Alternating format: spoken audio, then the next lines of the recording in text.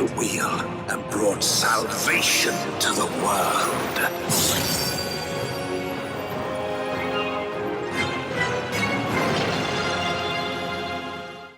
Hello everyone, welcome back. Thank you for joining me as we finish up with everything we can do with Mount Rokkon.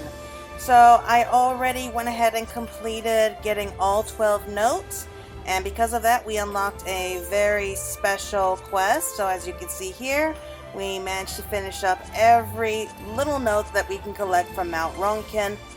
You can only get one per run, so you need a minimum of 12 runs to be able to fill up the entire journal. I'm so glad it's over. But let's go ahead and say a price and ruin. Mistress Claire, might I have a moment of your time? Upon learning that the Tsukomogami of the accursed pipe has been slain, Lord Uzumbumiai dispatched a party of soldiers to survey Mount Rokkon. I am pleased to report that they have returned without a single casualty. My lord and his soldiers learned much from their survey of the temple, and I thought it prudent to share these findings with Master Hancock. 'Twas my expectation that he would be pleased, but his reaction was rather difficult for me to assess. He also requests that I notify him the moment you arrive. If you would kindly make your way to Rakasui Gardens, I can send word for him to meet you there. Once your conversation is concluded, pray seek me out here. 'Tis not much, I'm afraid, but I have prepared a reward for your service. So I wonder what Hancock wants to say. I mean, I have a feeling he really did enjoy running up the side of the mountain with us, going on a little adventure. So he might be disappointed that it's over, because there's really no need to have to return to the mountain anymore if it's all been cleared out.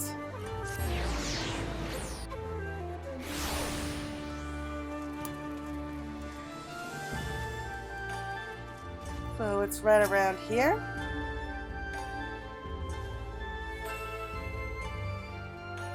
I really don't think he's that bad of a guy.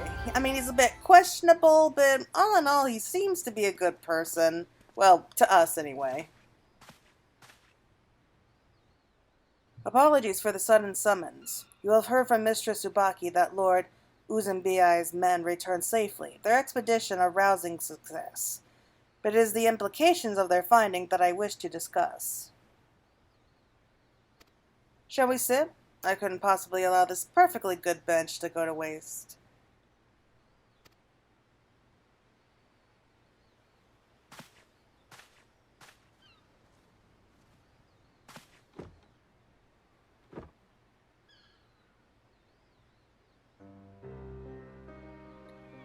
During their survey of the temple, the soldiers recovered a curious journal. Upon closer inspection, they realized that it belonged to Gorai, who had documented nearly half of his life in meticulous detail.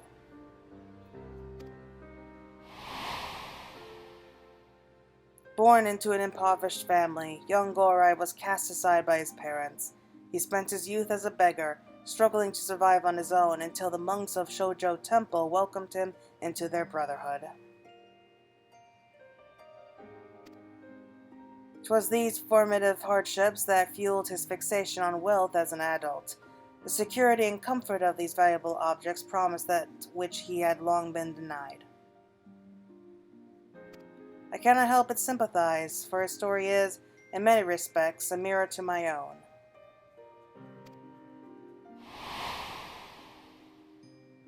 It is a terrible curse, poverty, one I would not wish upon my worst enemy.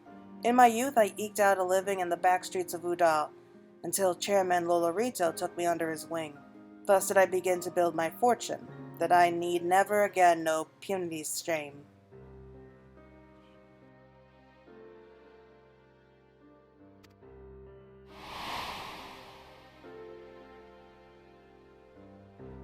In like spirit, Gorai amassed a veritable mountain of treasures, among them his most beloved pipe.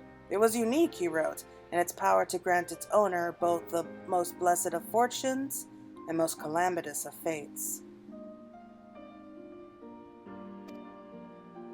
Perhaps when he first held it in his hands, it was indeed a blessing unlike any he had ever known. Alas, his fate speaks for itself.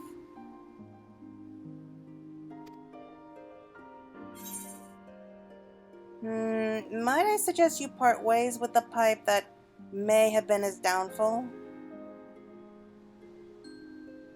Yeah, because I personally wouldn't want to keep a cursed item on me for long. Never the sensible one. Gorai and I may have both had a tragic childhood, but I assure you, I have not let mine define me.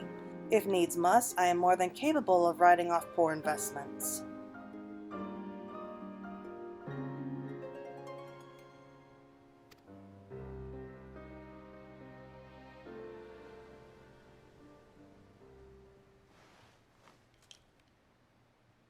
Oh,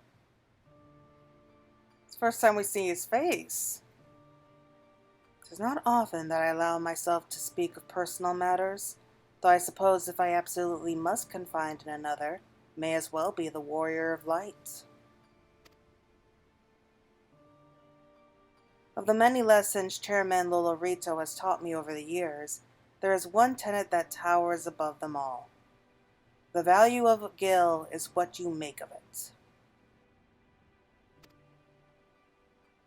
If you invest 100 gil, you may come to possess 200, or even 200,000. But if hoarded in perpetually or squandered on ephemeral pleasures, your coin purse may as well be empty.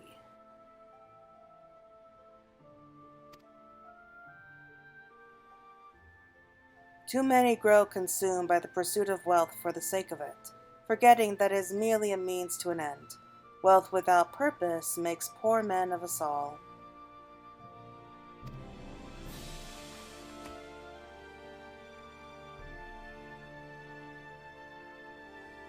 Consider our much humbled pipe. As an end in itself, it was the source of much misfortune, yet as a story, it may serve a nobler purpose.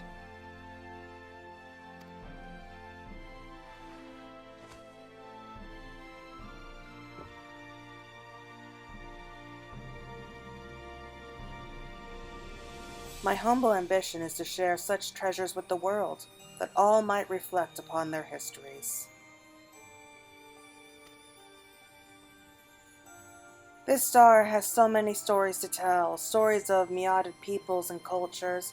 If my exhibits should inspire others to seek out and learn them, as the ukiyo-e print in the chairman's offices once inspired me, there would be no greater joy.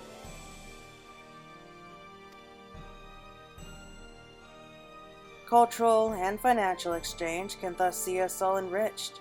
Arts and artisans across the star will be driven to create, and their works treated as the cultural treasures they are for generations to come. Imagine.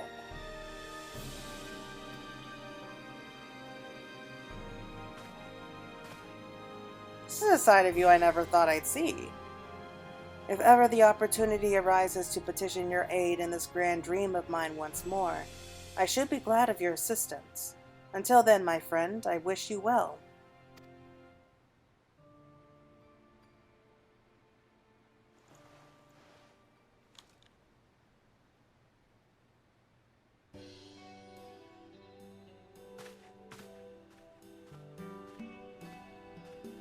Who would have thought? I mean, I did learn a bit about Hancock from reading those notes from Mount Rokkon, but still, never would have pictured that that would be his dream. I'm really glad that they chose Hancock for this particular variant dungeon. I really am. I do think he's a good guy. I mean, he is a businessman, so he's always going to be a little bit suspicious, I guess, but all in all, I do think that he means well. There you are, Mistress Claire. By your demeanor, I gather that all is well with Master Hancock? I'm pleased to hear it. I had feared that my most recent report had upset him in some way, but I am relieved to know that that was not the case.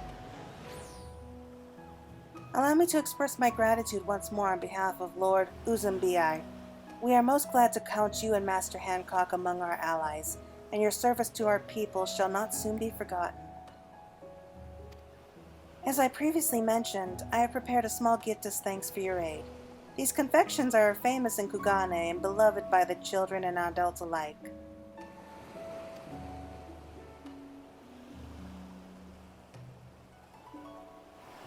I must of course express my gratitude to Master Hancock as well, so permit me to take my leave of you. Should we meet again, I pray it be under more auspicious circumstances.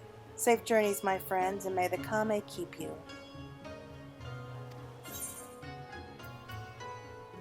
Compitio. Okay, so that looks nice. We always go ahead and save that to our collection of food.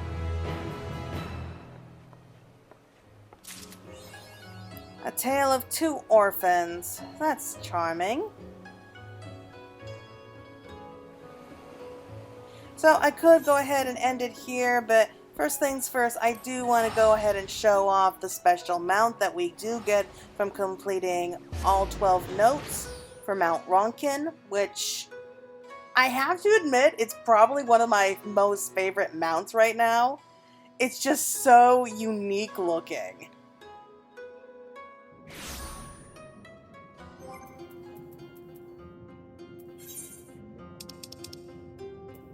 Here it is, the Baru Baru Kochin. Contrary to expectation, this lantern ghost did not care to haunt people. It was content to simply wander Mount Rokkon. When it saw you similarly wandering, it took you for a kindred spirit and decided to follow you wherever the wind should blow. It's just so funny looking and a little bit disturbing too. How can you not love this little guy? Anyway, everyone, that's it for now. Thank you for joining me for finishing up another Variant dungeon. I hope you all enjoyed it, and maybe I'll go ahead and see you in future runs if I do choose to do Mount Rokkon any more times.